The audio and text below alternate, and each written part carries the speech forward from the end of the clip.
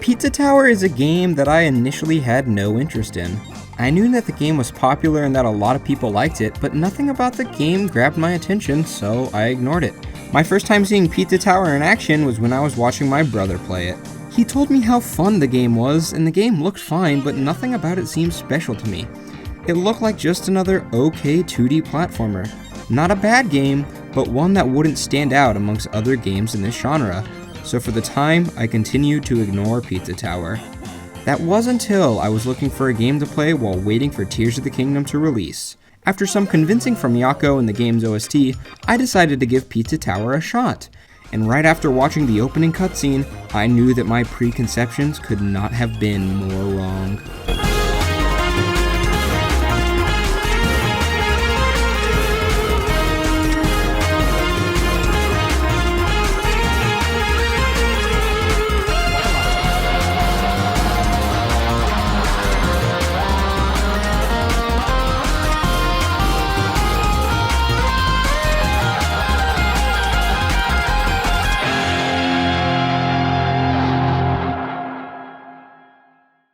This game is awesome. The first thing any player will notice about this game is its unique style. While most other games and most other media in general tend to go for more pleasing aesthetics, Pizza Tower goes in the complete opposite direction with its aggressive, in-your-face, and over-the-top design. At a glance, this game may seem ugly, but after putting some time in, it becomes ugly in a stylish way, not a Mario Kart booster course kind of way. Everything about this game's aesthetic is extreme, from the animation to the music to the multiple screams of terror. Everything is meant to make you feel hyperactive, and this feeling actually helps connect you to the game's protagonist, Peppino Spaghetti. Peppino is a retired soldier who became a chef and runs a pizzeria. He's also mentally unstable and on the verge of going insane. Throughout the whole game, he's either ecstatic, furious, or terrified, mostly terrified. There is nothing modest about Peppino, and that applies to his moveset. I'm sure you've noticed at this point, but Peppino moves kinda fast, and trying to control Peppino at this speed can be tricky. Expect to run into a lot of walls, fail the timing of your jumps, and get hit by enemies because you thought you were running fast enough to kill them. On top of being faster than Maze Dolphin, Peppino has a ton of moves at his disposal, and getting the feel for these will be hard as well. You're gonna dive when you meant to body slam, accidentally run up walls, and mistime your super jumps. There will be a lot of trial and error when trying to figure out how this insane Italian functions, but over time you will slowly begin to get a feel for these controls. And once you do, the true fun begins. Everything about this moveset that used to be a detriment is now an advantage. You can move through areas without being stopped and use Peppino's wide array of abilities to assist you in any situation. Learning how to use Peppino's speed and techniques effectively makes the platforming so satisfying. However, fun movement wouldn't mean much if the level design didn't capitalize on it, so it's a good thing that the levels are also fantastic. Pizza Tower stages are extremely varied, both thematically and gameplay-wise. You will run through a dungeon, a graveyard, space, Detroit, and Peppino's traumatic soldier experience. Enjoy the PTSD! Every level makes great use of Peppino's moveset, as well as introducing unique gimmicks and transformations for you to adapt to.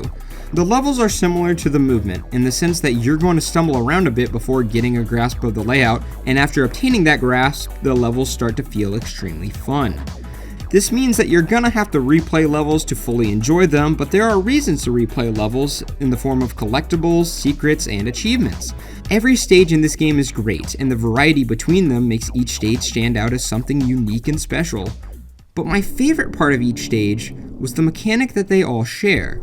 A mechanic that is activated after you make it to the end of a level and destroy Big John.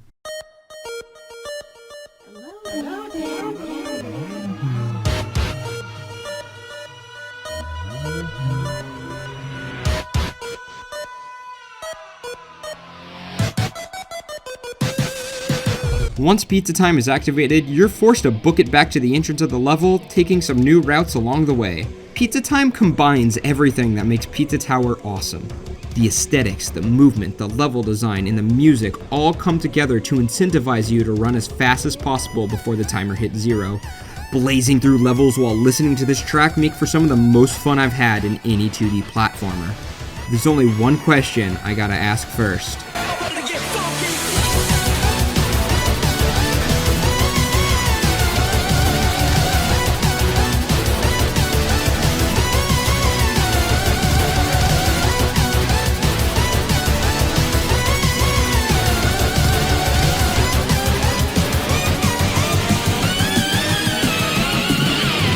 However, Pizza Time is only as cool as you are good at the game. And I'm not exactly a pro gamer. But there is a goal in this game that will force you to become one. In order to truly understand how perfectly crafted the levels are, how fluid and flexible Peppino's movement is, and truly master Pizza Time, you're gonna have to go for the P ranks. At the end of each level, you are graded on a scale from D to S, depending on your score. However, if certain requirements are met, S rank can be surpassed. In order to get the P rank, you're going to have to score high enough for an S rank, complete all 3 secrets, and find the treasure, all while holding a combo for the entire stage. At first, this may seem impossible. It's so easy to slip up and drop a combo, and depending on where you failed, it could be devastating. But with each attempt, you will slowly begin to memorize an optimal run. Areas that once seemed random now have calculated routes. You'll start to remember which enemies can be smashed and which need to be parried. And eventually, after enough trial and error, the P rank seems possible. You begin running through the level, starting your combo. The further you get, the more tension builds. You hit up some secrets and find little buddy as that combo goes higher and higher. Pizza Time hits and you're schmovin'. You grab the last secret and secure the treasure. The tension continues to rise as you plow through enemies and finally make your way back to the entrance, only to run right past it. Because you're not done yet.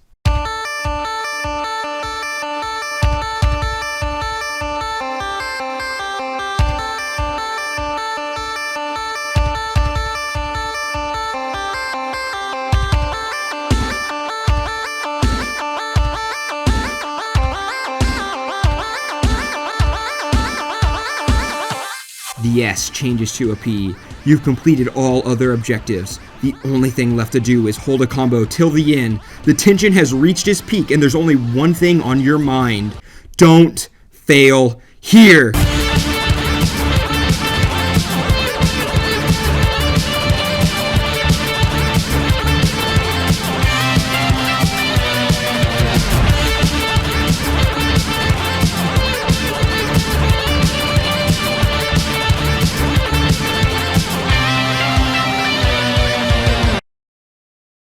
And the tension releases.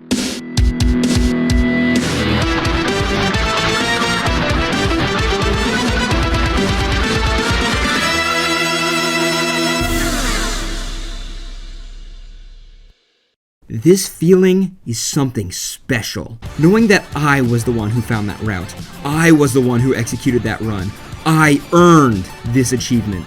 I loved the feeling of going for P ranks so much that I tried to replicate it by going for A ranks in Sonic Adventure 2, only to drop that game shortly after because that game controls like garbage. If the only thing Pizza Tower had to offer was the levels, I would already be set, but there are more toppings on this pizza than just that. There are also some awesome bosses. Pepperman is a buff fruit who charges at you with support from his sculptures and paintings. The Vigilante is an honorable gunman who attacks with his gun, dynamite, flamethrower, and cows. The Noise is Peppino's eternal rival, who attacks like a cartoon from the 90s with random attack patterns. Fake Peppino is a creepy clone that uses your own techniques against you. And Pizza Face is a simple boss fight that quickly devolves into chaos once Pizza Head comes out. While I like all of these bosses, they're not super difficult. Being the only part of the game where the deity known as Peppino can actually die, the bosses don't pose much of a threat. But like the stages, the real challenge begins when you try to P-rank the bosses, because that requires beating them damageless. All of a sudden, every little thing becomes a hindrance. It's hard to put yourself in a good position to dodge and counterattack when there's so much stuff on screen. The final boss is a brutal P-rank to obtain because of how chaotic it gets. Phase 1 has Pizza Face summoning random enemies, some of which go against the Geneva Convention, and Phase 2 has Pizza Head litter the screen with projectiles while running around at Mach 4. But once you finally take down this fast food, your struggle is over. Beat every boss in the game again without getting hit. Undoubtedly a stressful task. The stress is even getting to Peppino. He looks like he's about to...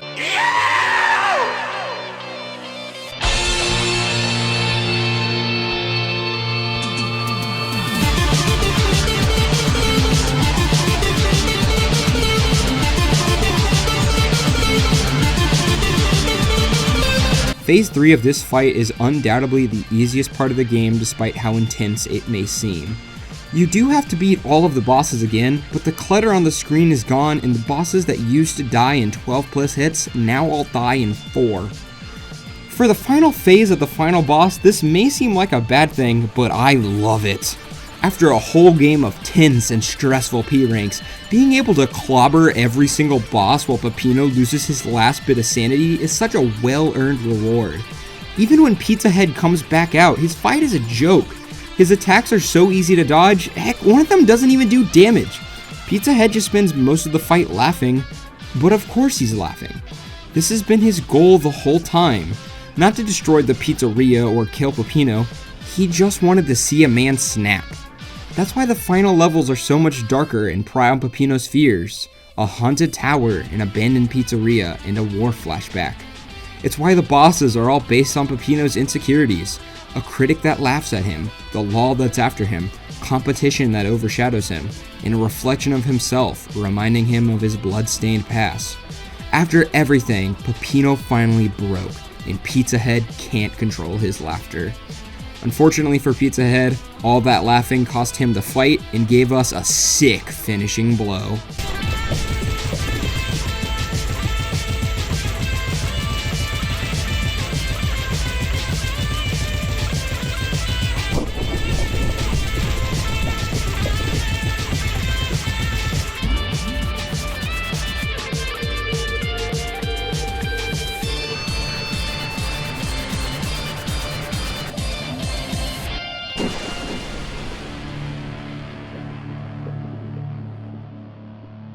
With Pizza Head defeated, there's only one thing left to do. No, not that.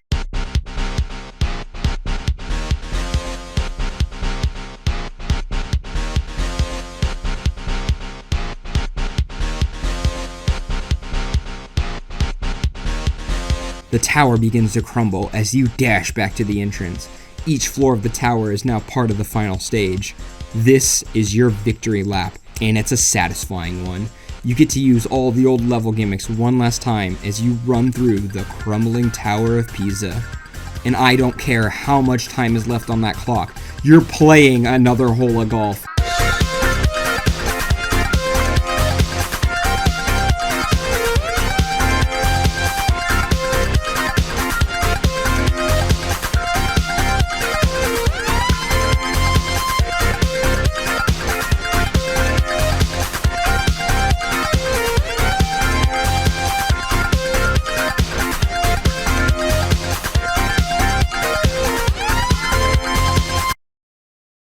And just like that, you've done it.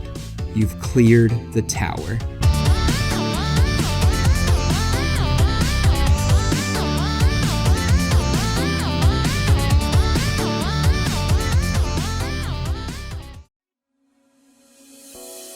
Pizza Tower is such a weird game.